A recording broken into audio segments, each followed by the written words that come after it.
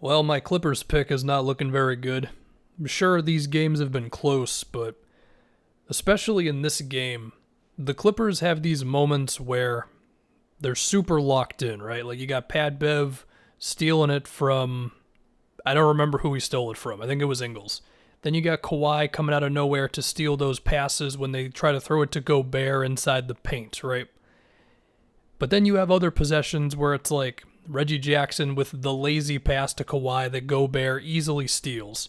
Then you've got Ty Lue just trying the Zubats experiment, which, I mean, the Jazz were just rolling into jump shots on that. And then you have probably the worst moment of the whole night for the Clippers when, with what, 2 minutes left, Joe Ingles just walks into a wide open three because somebody just horribly screws up. And they're just like, oh, who's supposed to pick this guy up? I mean, that one play was just like the embodiment of the Clippers, where it's like, sometimes it's really intense, sometimes there's communication all over the place, and sometimes they look like an amazing team, and other times it's like, oh, that guy just got the easiest three-pointer of all time.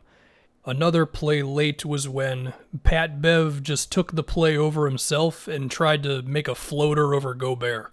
And now when we go to LA, it's like the Dallas series all over again, man. I mean, especially in the first half of this one. I mean, Donovan Mitchell, I mean, remember in game one, actually, before I even say the first half of this, remember game one, Donovan Mitchell's just going at Luke Kennard whenever he wants to.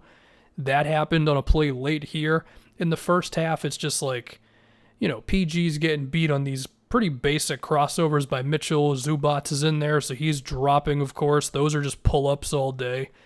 Then you had, yeah, sure, he had that one crazy step back, but, he's splitting double teams and the rotations aren't fast enough, and it's just like, I don't know, man. The Clippers defense, it's never matched up with the personnel.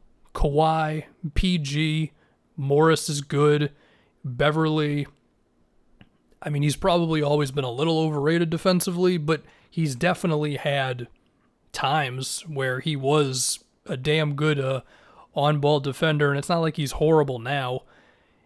And it's just like, there's just so many possessions where it's too damn easy. It's too easy for the Jazz, Like sometimes the Jazz, they get into their sets fast enough to where the Clippers can't even switch quick enough. So it's like they still get a pull-up, or, they had a few plays in this one where they screened their own guy and then the Jazz just used that to get around. I mean, sure, Clarkson hit some tough shots, especially that one where Luke Kennard was all over him and he banked it in anyway. But still, man, like, you'd think that with a team that's just on the brink, as the Clippers are now, that there just would have been, like, more intensity consistently. I mean, even on offense, the last few possessions, I felt like there were some times where they settled. I mean, sure, you did have some missed Marcus Morris threes, and I think some of that is because, look, the Jazz are once again having Gobert just kind of ignore someone, and if you just get some sort of action going to the rim, it's going to be a pretty easy kick out, and Morris missed some of those threes. I think Batum missed an open three in the corner as well. But, like Kawhi was getting pretty well defended by Bogdanovich. I mean, what is that? Like, remember Kawhi in Game 6, the 45 points? I mean, Kawhi was the best player on a title run. And apparently it was Bogdanovich the entire time who could guard him one-on-one. I mean, there was that one play where Kawhi, he had all the momentum, and then Bogdanovich just kind of made a one-man wall and forced Kawhi into a turnaround jumper. That was like 2 or 3 minutes left or whatever. Then he had the one where he made Kawhi dribble it off of his own leg, and then he forced him into a jump ball, and I just don't know, man. I mean, I thought that the Mavs series was a breakthrough for the Clippers, where they faced the adversity, and then they would just learn, like, oh, we've got to be intense all the time. We've got to be sharp on all of our closeouts, and the on-ball defense needs to be great, and we can't just give the star player the switch whenever they want it. I mean, sure, I was talking a lot about switching in this series leading up to it, but I didn't think it was just going to be like, hey, Donovan Mitchell wants Luke Kennard.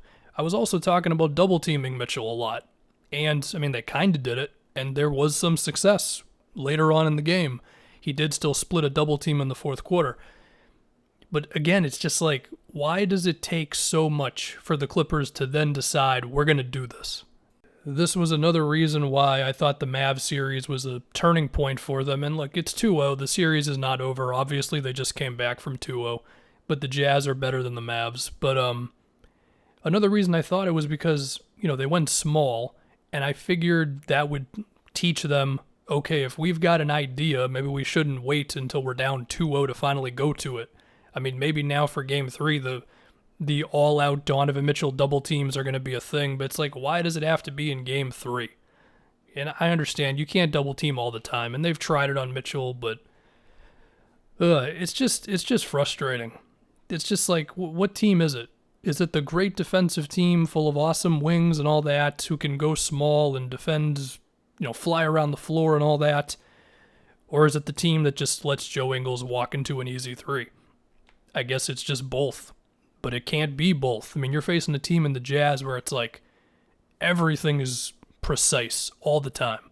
And sure, Reggie Jackson made some tough shots, and eventually the Clippers made it close. They were able to beat their guys off the dribble, get into the paint, and all that nice stuff. But even so, it's just not enough. So, what are the adjustments now for Game 3? Maybe Zubac just isn't going to work at all. He played like 14 minutes tonight. He started the game, and they were getting those pull-up jumpers on him. The DeMarcus thing continues to be this weird thing whenever he's out there. I still fear that eventually the Jazz are just going to light him up, but he's had moments for what that's worth. And throwing more attention at Mitchell, especially again if Conley is not going to be out there, which was something I said after Game 1. Like, if Conley's not going to be there, I feel like it gives you a little bit more luxury to throw extra guys at Mitchell. You hope that the open threes that you're getting from from the Jazz having Gobert ignore one guy start going in a little more. I mean, Pat Bev had an open three in the fourth. Morris had a couple. I mentioned the Batum one. Like, they had their opportunities late. And then you just don't do anything stupid. Like, again, that lazy pass to Kawhi that Gobert stole, the defense on the Ingles three. And you just give yourself a chance pretty much. But this Jazz team is definitely not Dallas. I mean, there's more weapons. And, going into this, I said, well, Mitchell's not Luka. Well, through 2 games, Mitchell has basically been Luka. Because it's the same story of, like, can you do something different to slow this guy down? And the answer is sometimes yeah, but it's not that enough. So we'll see. We'll see with Game 3. I mean, I guess everything we said before, we're going to have to say it again. Clippers facing adversity, the togetherness and all that nice stuff. I mean, do we think about what happens for them if they go down 3-0? Does Ty Lue have a job? Are they that desperate to where they would fire him after the first season? I know I've seen people float Paul George trade ideas out there, and I don't know. That'll be a world if we get to it, but for right now, they're still alive, but it's not looking good.